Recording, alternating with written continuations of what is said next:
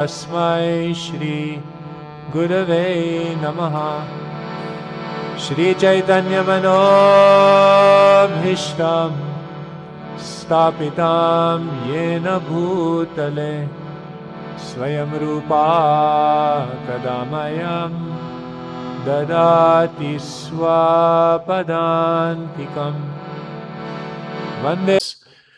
Protection of the Lord, all of these, like these, many, many different subjects. But Srila people don't listen, and therefore it sounds like something different, but they already heard it, but they didn't really hear.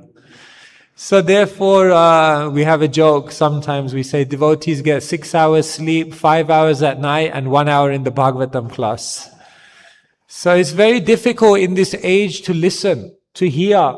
Actually, in Sanskrit, someone who hears well, the name for one who's a learned person is Bahushruta. This is the name of a learned person, Bahushruta. And literally it means one who has heard very well, or one who has, and literally it means one who has heard very well, or one who has heard a lot. Today we are reading about Sutta Goswami, and Sutta Goswami, what is his name? Ugra Shrava, voracious listener. Like Bhima is voracious eater. So many follow in the parampara of Bhima, voracious eating. But that's okay, you can have prasada, no problem. But one should also be voracious listener, Ugra Shrava. And therefore Sutta Goswami is known as Ugra Shrava, someone who has always loves to hear, and one who hears well can teach. Therefore, the first canto is all about adhikar, because you're hearing about good speakers who became good speakers because they were good listeners, and because they were good listeners, they were good speakers, and those who listened to the good speakers who were good listeners also became good speakers. So it's all about speakers and listeners. Therefore, first canto, conversation between Sukadev, Parikshit. Wonderful speaker, wonderful listener. Sutta Goswami, sages of Naimisharanya. Wonderful speaker, wonderful listener. Vyasadev, Narada and Vyasadev. Wonderful speaker, wonderful listener. So therefore, just like if you want to produce a child, then you need a man and a woman. And both have to be potent. Therefore, in the same way, if you want Krishna Bhakti to arise, Harikatha is a team game. It's not only about the speaker, it's not only about the listener. There must be a qualified speaker and a qualified listener. Then everything can happen. So, we are reading from the first canto, and here the sages are glorifying Sutta Goswami. When there's the thousands of sages are at Naimisharanya, and they are doing a yagya, but as soon as Sutta Goswami arrives, everyone knows he is the person we need to listen from. He has that power, that potency. So now they'll explain why he is the right person to hear from, why he is the Bhagavata, the living Bhagavatam. So please repeat after me. Vaitatvam saumya tatsarvam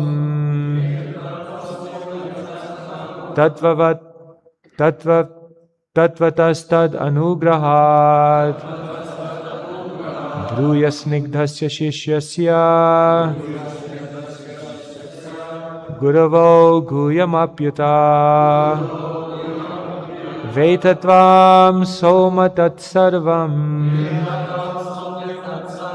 Tatvatastad anugrahat Dhruya snigdhasya sishyasya Guravo guyamapyuta Vaitatvam somya tatsarvam Tatvatastad anugrahat Dhruya snigdhasya sishyasya Guravo Guyamapyuta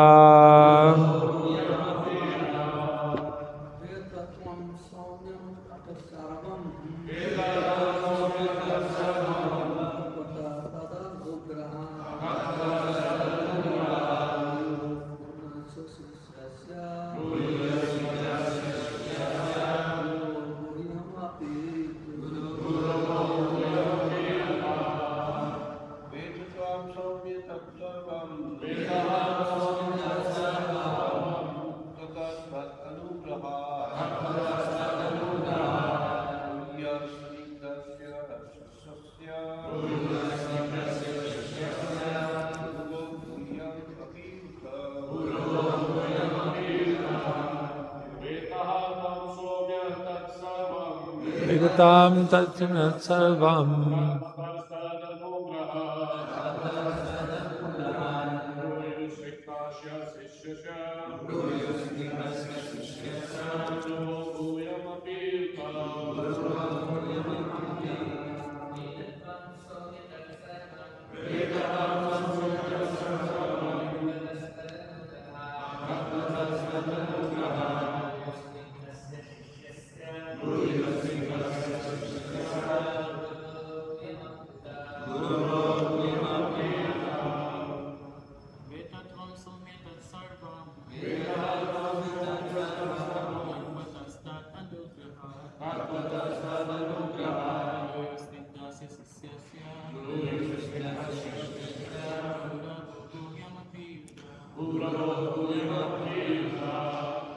Mati.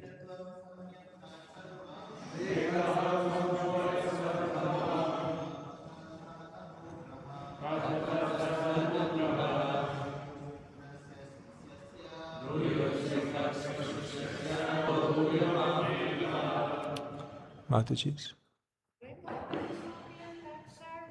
Vetatam Somya Tatsarvam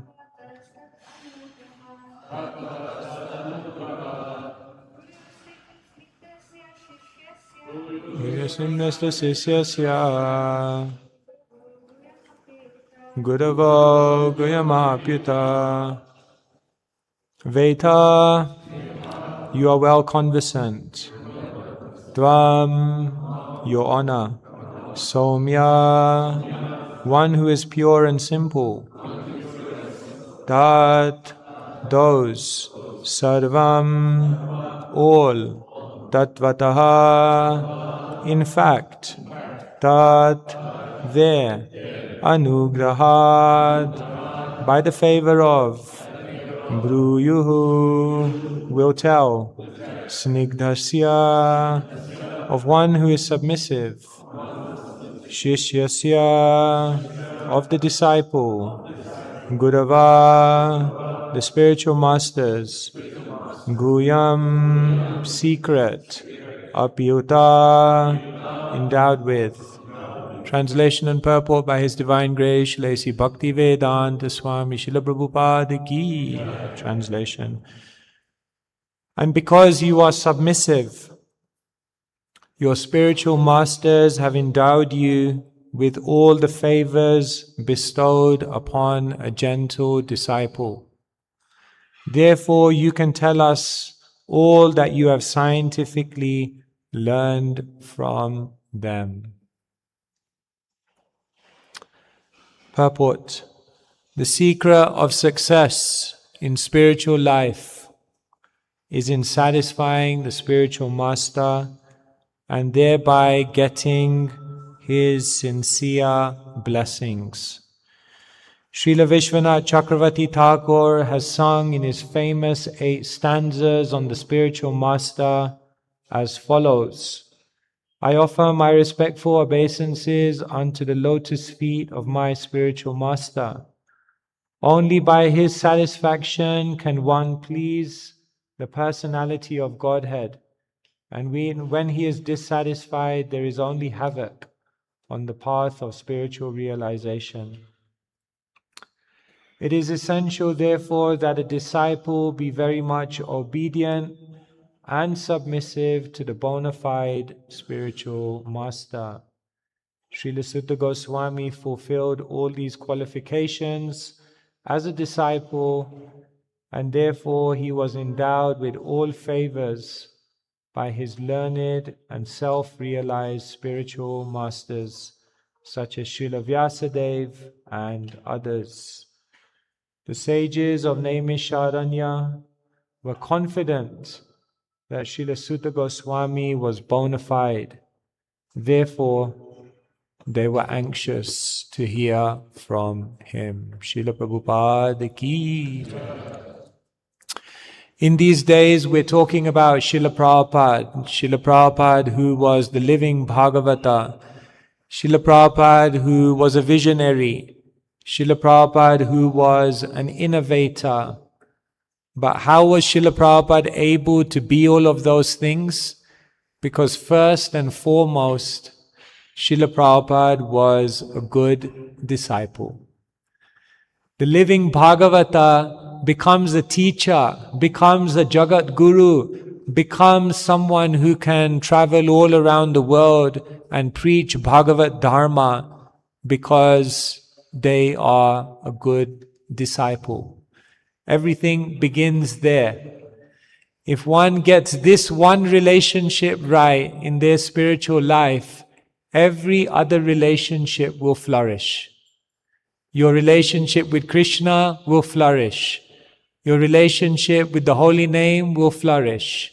Your relationship with the Vaishnavas will flourish. And your relationship with the living entities who you try to preach to will also flourish if you get this one relationship right.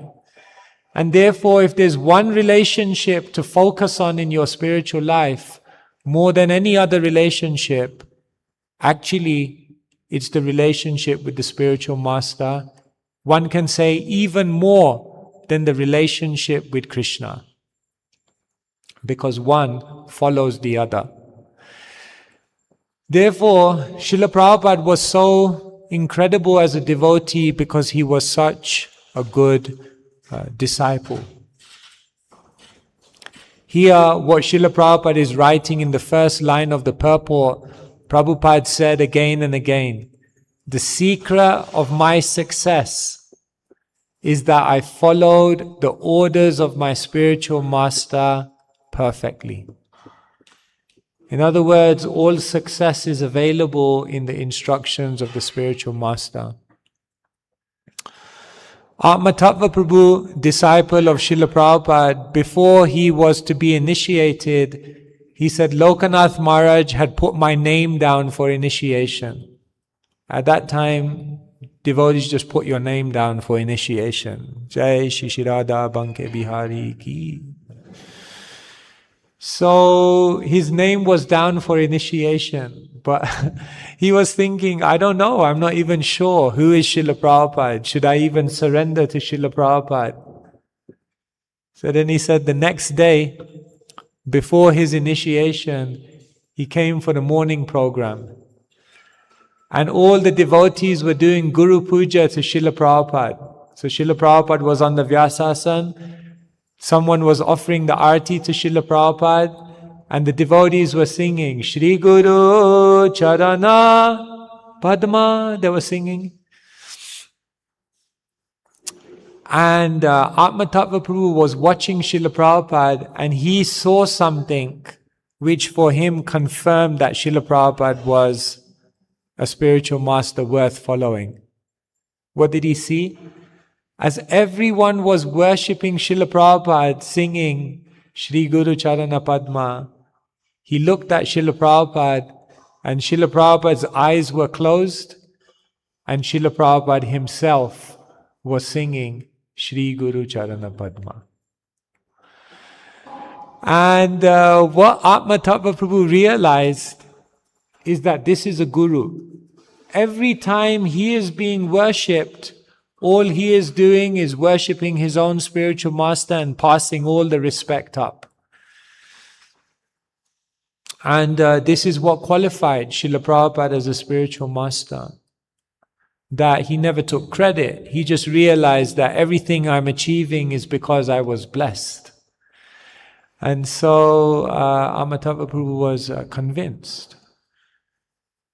And as he continued hearing from Srila Prabhupada, then he realized that Srila Prabhupada didn't just respect his spiritual master, but he understood the heart of his spiritual master.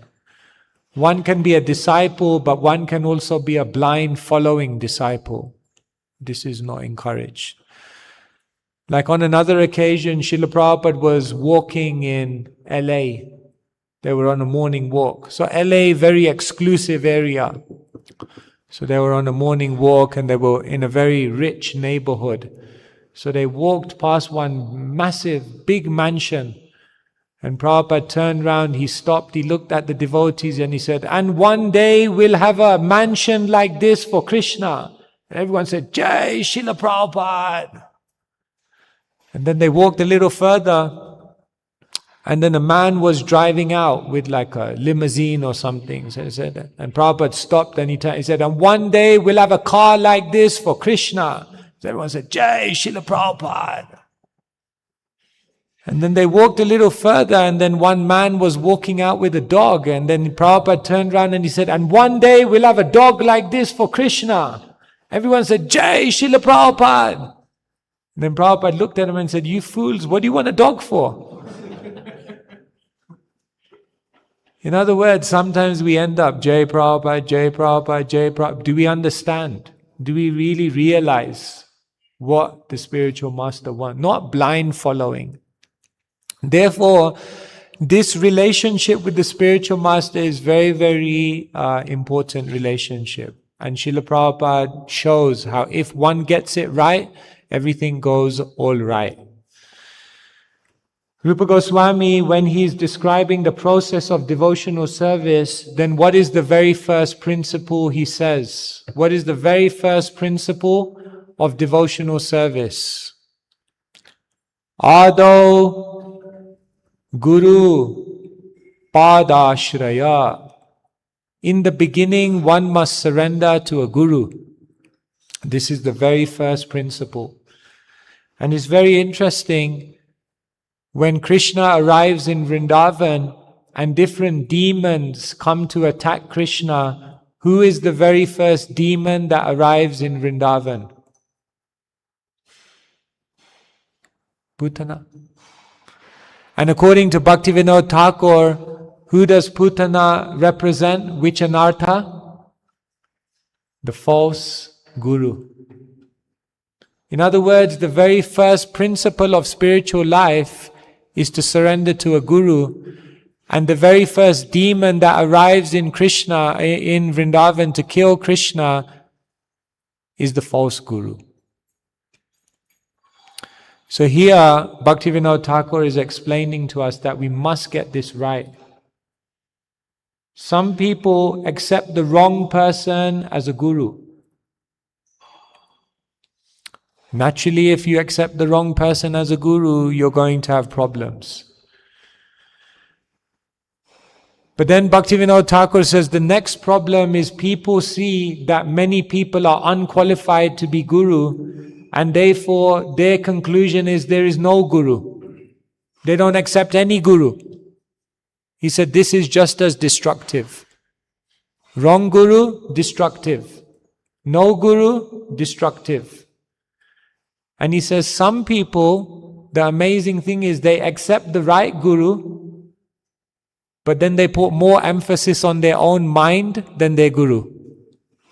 So like this, Bhaktivinoda Thakur says, you can get this relationship wrong in different ways. Either you accept the wrong guru, or you accept no guru, or you accept the right guru, but instead of listening to them, you put more emphasis on your own mind.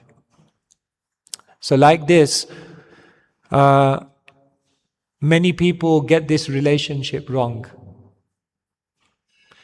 Like in the world, many people now say, Srila Prabhupada is the only guru, nobody else can be guru. Because they saw so many people who were not qualified to be guru fall from their position. But this is also a misunderstanding. Maybe they think they're glorifying Srila Prabhupada by saying Srila Prabhupada is the only guru. But actually what they're saying is that Srila Prabhupada wasn't pure enough. Srila Prabhupada wasn't powerful enough. Srila Prabhupada wasn't potent enough to make even one pure devotee. That's what they're saying. That's their glorification of Srila Prabhupada. That Prabhupada is not the only Guru. Nobody else is qualified to become Guru because none of Srila Prabhupada's disciples actually made it to that level of purity. So then the natural question then would be that if none of Srila Prabhupada's disciples became pure devotees, why would you become a disciple of Srila Prabhupada? Because basically you're saying Srila Prabhupada can't create any pure devotees. So this philosophy, it makes no sense. It doesn't make any sense on any level. So Srila Prabhupada very clearly said, I want all of you to become Guru. But how do you become a Guru? By first becoming a good disciple. So Niti Shastra explains that there are 6 types of incompetent disciples in one verse. Alir bana jyotishakaha stabdi bhuta kimekaka preshitas preshakascheva sadete sevakadama. There are 6 ways in which you can become an incompetent disciple. The first type of incompetent disciple is known as Ali. Ali means the bee disciple. One type of incompetent disciple is like a bee. Why like a bee? Because the bee goes from flower to flower, taking a little bit of nectar from everyone, but not committed to anything or anyone. So some disciples are like this. They go, they hear from many different people, they take the nectar from many different places, they like to connect with many different Vaishnavas, but they're not committed to any of them. There's no investment of the heart in the instructions of any of them. And therefore they come, they take what they like, and then never not to be seen again until the next time they come and they can get something. So Niti Shastra says this is the first type of incompetent disciple. Second type of incompetent disciple is known as Bana. Bana means an arrow-like disciple. What does this mean? An arrow-like disciple is said that they receive things from the spiritual master, but they always shoot back like an arrow.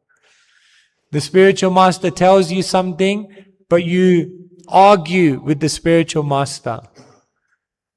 And someone may say, no, how can you argue with the spiritual master? That, of course, that's completely uncultured. But maybe we don't verbally argue with the spiritual master, but once the Guru says something, in our mind we are arguing. Yeah, that's true, but yeah, they may say that, but there's also this to consider. So therefore, we argue, talk back. Abdi Bhuta means lazy, how parampara works. So factually, most of us, we are too lazy. We know what we should do, we know what's right, we know what's good for us, but we don't do it. But the one saving grace is if you have gurus in your life who you have deep love for, then even when you don't want to do it, because of your love for them, you'll do it. And when you do it, you'll become successful. Therefore, Srila Prabhupada was so incredible, because Srila Prabhupada was an amazing disciple. And you see that every devotee who became a good disciple of Srila Prabhupada also did amazing things in their life. And that is available to each one of us. So today we're talking about Srila Prabhupada as the living Bhagavata. We could talk about Srila Prabhupada and all of his achievements, But he was the living Bhagavata because he was a good disciple. Just like Sutta Goswami was a good disciple, just like Parikshit was a good disciple, just like Vyasadeva was a good disciple of Narad, just like Brahma was a good disciple of Krishna. Like this, good disciple means good teacher, good servant. And this is the foundation, the most important relationship in our spiritual life, the relationship from which all other relationships will flourish. Hare Krishna, Krishna Krishna, Hare Hare, Hare Rama, Rama Rama, Hare Hare. Srila Prabhupada ki jai. All right, if anyone would like to ask any questions or if you have any comments, then I'll try and respond to that.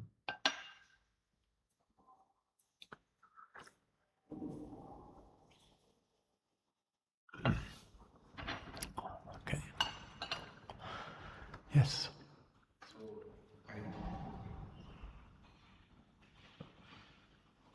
I have a question related to, I see a little bit of a tension between don't be a blind follower and then don't be a bee. Because in order to not be a blind follower, one must assess different things. So my question specifically is, when assessing different spiritual paths, since they are very deep, each and every one of them, how deep should one go to then basically not be a blind follower, to go deeply into one?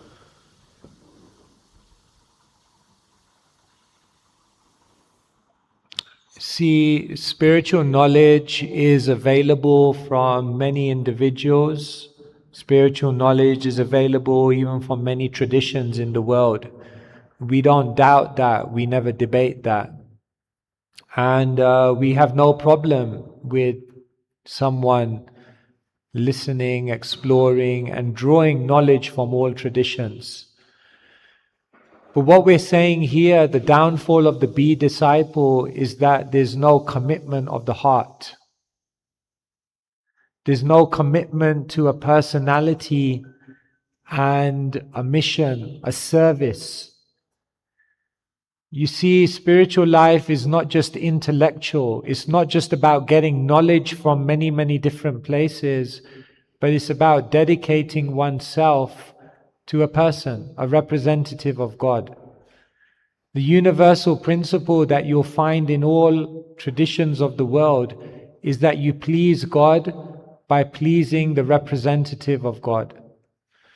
And therefore, one can learn from everyone. One can be inspired by everyone. One can draw wisdom from everyone. But at one point, one must find a representative of God and dedicate themselves to that personality. Just like you go to a university, and in many different universities, they are studying the same subject, but in a slightly different way. But you would never go to a different university every single day, because you know that ultimately if you want to learn something, then you can learn something from all the universities, but you have to take entrance into one and learn in a structured way in one. That's just the principle of learning, of education. So I think there's no problem in learning and being inspired and drawing wisdom and drawing knowledge from many traditions, but at one point there must be an investment of the heart into a representative of one particular tradition and take that as one way in which one is going, the way in which one is going to try to dedicate themselves. And once one takes one path, it doesn't mean you're closed off to anything else. You can still be open to the wisdom of everything else, but you know that this is my path. It's just like getting married, right? Just because you get married to one person, it doesn't mean that you don't have love, you don't have appreciation, you don't have affection towards other people. But you know, everyone does it in their life. They get married to one person, right? Unless you take sannyas. then you get married to the mission. But you get married, everyone does it, right? You get married to one person. No one really says in the world like, why should I only marry one person? There are many nice people in the world. Maybe I can love all of them equally. No one does that, right? Because they realize where there's a commitment, where there's an investment of the heart, then not only does that relationship go deeper, but it also allows you to then appreciate other people. So I hope that helps. Anyone else like to ask any question?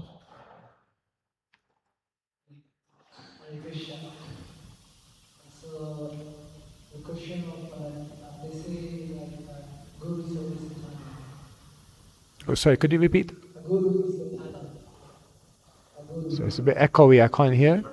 Guru is eternal. Guru is eternal. Yes, Guru is eternal. He becomes. Janme Janme, Prabhu say, he comes again and again. Yeah. So is there a question of choosing a Guru? Sometimes when I hear people say, I choose this as my Guru, I choose this as my Guru. But is there a question of choosing a Guru or the Guru just come? I didn't catch the last bit. Is it a matter of choosing the Guru or? The Guru just come. The Guru just come. The Guru comes to you. Do you choose the Guru or does the Guru come to you like that? Yeah, so every day we're singing Chakudan Diloje Janme Janme, Prabhu say, that he is my Lord birth after birth. Sometimes we hear that the spiritual master keeps returning to the world to deliver the disciple, because the Guru takes that responsibility that I will deliver the disciple. So what does this all mean? Does the Guru come to you? Do you choose the Guru? See, we have to understand this in a broad way. In the tradition, it's mentioned that Guru is one. So in one sense, there are many Gurus. But in one sense, Guru is one. This is called Akhanda Guru Tattva. What does it mean that the Guru is one? It means that the whole Parampara and all the Vaishnavas are working together to deliver the disciple. So when we say the Guru comes back life after life to deliver the disciple, what it means is that the Guru has made a commitment to the disciple that I will ensure you are delivered from the material world. As long as you fulfill your vows as a disciple. And what will happen is that perhaps personally the Guru will come. Personally. Bhaktisiddhanta Saraswati Thakur once said that to one disciple. He said, I've been returning to this world thousands of times just to deliver you. He said that. So sometimes it may be understood that the Guru comes back personally to deliver the disciple, or what may happen is the Guru may come in the form of another Vaishnava, and through that Vaishnava, the Guru is acting in order to deliver the disciple. So that the Guru comes back life after life may mean he personally comes back. It may mean a representative of the Guru comes back. Ultimately, what it means is that the Akhanda Guru Tattva will always come to save you, to assist you, like that. So, so like that. The personality that you take initiation from may be your eternal spiritual master, may be a representative of the eternal spiritual master. But in one sense, the Guru is one. So they all work together like that. Is that okay? Anyone else? Okay, last question. Hare Krishna. When you listen to the Guru, when you're at the temple, everything is so nice. As soon as you come out of the temple, as soon as you hit the road, you're back to red race. What you're supposed to do that, yeah? Yeah, therefore there's Vapu and there's Vani. There's the physical association of the Guru, there's the physical association of the Vaishnavas, and then there's the Vani. There's the spiritual instructions of the Gurus and the Vaishnavas. Vapu you may only have for some time when you are at the temple, when you are in the Sangha, but then you go out there and you hit the rat race. So then you don't have the Vapu anymore, but you still can have the Vani, the instructions. So therefore in the beginning of the Bhagavatam, Prabhupada writes, the spiritual master lives forever in his instructions and the follower lives with him. In other words, when you are in the temple, when you are with the Guru, when you are with the Vaishnavas, the idea is that you take the instructions and then you keep the instructions in your heart. And then when you hit the rat race, then what you do is you remember those instructions and you live by those instructions and you follow those instructions, and then you're in the rat race, but you're not a rat. So you can be in the rat race, you can be in the world, you can be in that environment, but you don't have to degrade yourself because you've received the instructions of the spiritual master and they protect you. So therefore it's not just about being with devotees, it's about hearing from devotees. You have to hear, inquire. Tadvidi pranipatena pariprashnena sevaya upadekshanti te jnanam jnaninas tattvadarshina. Therefore Krishna says, don't just approach a spiritual master, approach a spiritual master pranipat and be humble. Don't just be humble, pariprashna, ask questions, learn. And don't just do that, sevaya, render service to them. If you do those three things, when you're in the association of the Vaishnava, the Guru, then what will happen is when you leave the association, their effect will remain within your heart. And then wherever you go, you'll be protected. So Vani and Vapu. Vani is more important. All right, I think we'll finish there. Oh, okay. All right, last question.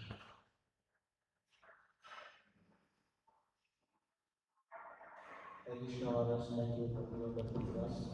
I have a follow-up question with Prabhu. As he said, in the temple, we are conscious, and the moment we hit the road, we come to the normal material world. So my question is, as we read in Prabhupada's comment, he says that temple archery is most important. You cannot see the Lord in general. So for them, it is opportunities you want to see the form of the Lord and connect. But those who are realized devotees, senior devotees, they can see Krishna everywhere. So that my understanding that means they are conscious for rest of the time also. So they are similar, so they see everything equally. They see the things as it is, and we see the thing as clear.